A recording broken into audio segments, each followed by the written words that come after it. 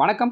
TNPSC வெற்றியாளர்களே, TNPSC exam group 4 2024 கேட்ட ஒரு முக்கியமான கொஷினை தான் இந்த வீடியோவில் பார்க்க போகிறோம். இந்த வீடியோவை ஸ்கிப் பண்ணாமல் முழுசாக பாருங்கள். நீங்கள் டிஎன்பிசி எக்ஸாம் ப்ரிப்பேர் பண்ணுறவங்களா இருந்தால் இந்த வீடியோ நிச்சயம் பயனுள்ளதாக இருக்கும். இரு எண்களின் மீபோவா 11 மற்றும் அவற்றின் மீசிமா 693 எனில் ஓர் எண் 77, மற்றொரு எண் என்ன அப்படின்ற மாதிரி கொஷின் கேட்டிருக்காங்க. ஸோ கொஷின் உங்களுக்கு ஈஸியாக புரிஞ்சுன்னு நினைக்கிறேன்.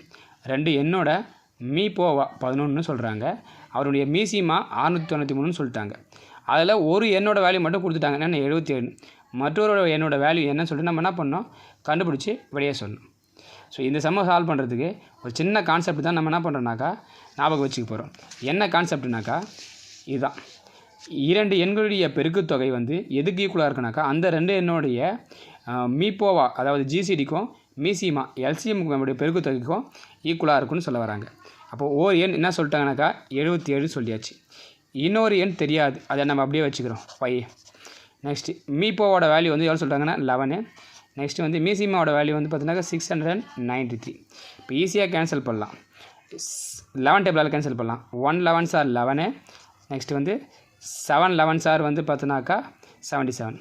நெக்ஸ்ட் இங்கே ஒய் மட்டும் இருக்குது, மற்றொரு என்ன தானே இந்த 7 மல்டிபிள் இருக்குது, இந்த பக்கம் வந்து என்ன டிவைட் ஆகும். அப்போ 693 டிவைட் பை 7 கிடைக்கும். 693 7ஆல் டிவைட் பண்ணால் எவ்வளோ கிடைக்குனாக்கா 99 கிடைக்கும். அப்போது மற்றொரு எண் அதாவது ஒய்யோட வேல்யூ என்னவாக இருக்கும் 99. அப்போ இதற்கான சரியான விடை ஆப்ஷன் சி 99.